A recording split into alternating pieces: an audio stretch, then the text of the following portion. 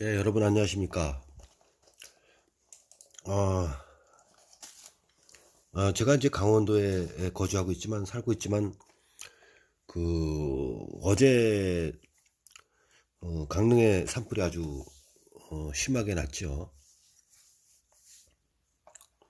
저는 강원도에서 이제, 오랫동안 이제, 직장에 다녔고, 또, 퇴직 후에도 또 직장을 갖다가 우리 산림 분야 갖고 있으면서, 강원도, 뭐, 경상부터 경기도에 안 다니는 데가 없습니다. 그런데, 강릉 경포대는 제가 아주 자주 가는 곳이죠. 업무상도 강릉을 가면 들리는 곳이고, 또 옛날부터 또 가족들하고 뭐 놀러 강릉에 경포대 갈 때도 많이 가는 곳이기 때문에 그 지역에 뭐 야산의 임상, 임황, 산림의 형태, 분포, 수종 이런 것을 제가 잘 알고 있습니다.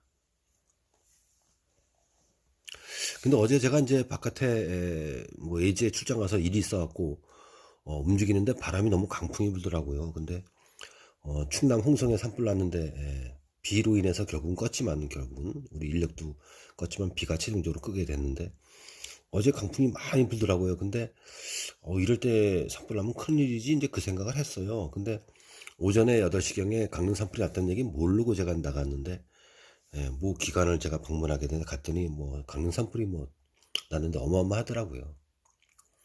그 강릉 경포대 옆에 그 난곡지구 그 동네는 거의 다 해송입니다. 해송. 그리고 강성도 일부 있는데 다 야산이죠. 근데 이제 발화 원인은 오늘 뉴스를 보니까 추정하건대 대형 소나무가 쓰러지면서 전기줄을 건드려서 스파크가 나면서 산불이 발생됐다. 그 원인 같다고 추정을 하고 또 강풍이 불어서 강릉 경포대의 그런 해송림 주변에 그 사이에 있는 펜션과 식당들 그리고 민가가 100여 채가 다 소실됐다고 그러네요. 이재민은 300명이 발생했다고 그러고요. 결국은 강풍이 있는 부는 때에 소나무 단수님에서 산불 피해가 크게 난 것입니다. 오늘 이제 한 문제 올리다가 산불 내기를 이제 한번 해보고서 올리려고 산불 내기를 했습니다. 우리 산림 분야에 계시는 공무원들, 직장인들, 또 설계 감리하시는 분들 현장에 나가서 담뱃불 특히 조심하시고 산불의 경각에 대해서 다시 한번 가다듬는 그런 기회를 삼았으면 좋겠습니다. 오늘 문제는 백두대간에 대한 문제를 한번 공부를 해보겠습니다. 문제는 백두대간 완충구역에서 할 수 있는 행위에 대하여 설명하시오. 백두대간 그 보전법입니다. 백두대간법 우리가 흔히 백두대간법 그러죠. 여기서도 시험에 왕왕 나고 있죠. 근데 백두대간은 크게 핵심 구역과 완충 구역으로 나누는데 백두대간 핵심 구역에서 할 수 있는 없는 행위와 백두대간 완충 구역에서 할 수 있는 행위 이렇게 공부를 해두면 좋겠습니다. 백두대간 완충 구역에서 할 수 있는 행위. 첫 번째는 백두대간 핵심 구역에서 할 수 있는 행위는 다 합니다. 기본이죠. 완충 구역에서는 핵심 구역, 더 어렵고 법률 조건이 까다로운 구역에서 할 수 있는 행위는 완충 구역에서 또 할 수 있는 것이다 이겁니다. 2번 수목원 조성법. 수목원 조성법에 의한 자연휴양림과 치유의 숲을 설치할 때 그런 산림 공익시설을 설치할 때에도 백두대간 완충구역에서는 행위가 가능하다 이겁니다. 세 번째, 임도, 산에 길 내는 것, 그리고 산림경영관리사 등 산림경영과 관련된 시설로서 그런 시설물 설치할 때에 완충구역에서 가능하다. 네 번째, 교육, 연구, 개발을 위한 그런 시설. 다섯 번째, 농림어업인의 주택 및 종교시설의 증축 또는 개축 시에도 완충구역에서는 가능하다. 키워드를 외우십시오. 법은 외우지 말고. 여섯 번째, 전력, 석유 또는 가스 공급시설.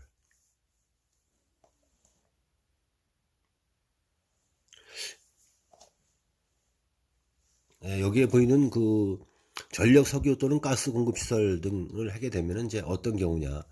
그 예를 들어서 이제 백두대간은 이제 우리나라 남한해 같은 경우에는 저기 설악산 향로봉부터 오대산으로 해서 이쪽에 선자령으로 해서 저 밑으로 이제 민주지산 쪽으로 내려가서 이제 전라도와 경상도, 지리산까지 가는 그런 등줄기를 백두대간이라고 그러는데, 이런 백두대간은 이제 동해안에서 이제 고리라든가 동해안 이런데 원자력에서 발전이 돼 갖고 765라든가 345, 154kV 이런 것이 이제 가평이나 경기도, 서울 수도권, 강원 영서권을 오려면 할 수 없이 그 전기 철탑을 해야 되지 않습니까? 그럴 때는 백두대간을 핵심 구역, 완충 구역을 넘어올 수밖에 없는 것입니다. 사회 기반 시설이죠.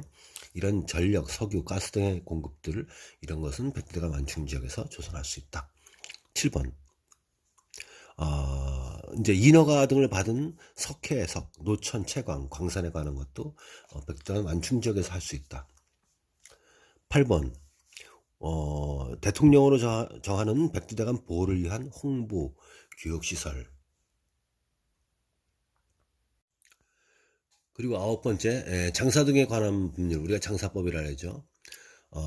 장사 등에 관한 법에서 개인 또는 가족 봉합매 설치, 이럴 때에도 완충구역에서 할 수 있다. 그리고 초지 조성 허가를 받아 초지에서 대통령으로 정하는 축산업에 관련된 체험시설을 위한 시설의 설치. 백두대간 핵심구역, 완충구역에서 있는 대관령 정상에 뭐 양떼 목장 아니면 삼양식품에서 축산업을 하는 그런 초지, 이런 것들은 완충구역에서 다 가능하다. 10번 전기시설 또는 상하수도시설, 이런 것들도 완충구역에서 가능한 것이요. 사람들이 살아가는 데 있는 부대시설이니까. 11번 위호 설치를 위한 이런 전기시설, 아까 얘기한 철탑부지 같은 거, 상하수도 이런 것을 위한 진입로, 만약에 뭐 765kV 철탑을 갖다가 백두대간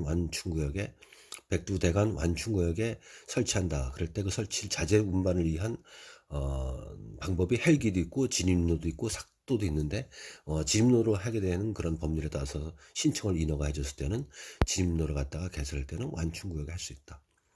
또 이러한 철탑 부지에 관한 현장 사무소, 작업장, 이런 임시시설을 갖다가 백두대간 완충구역에서 할 수 있다 이겁니다.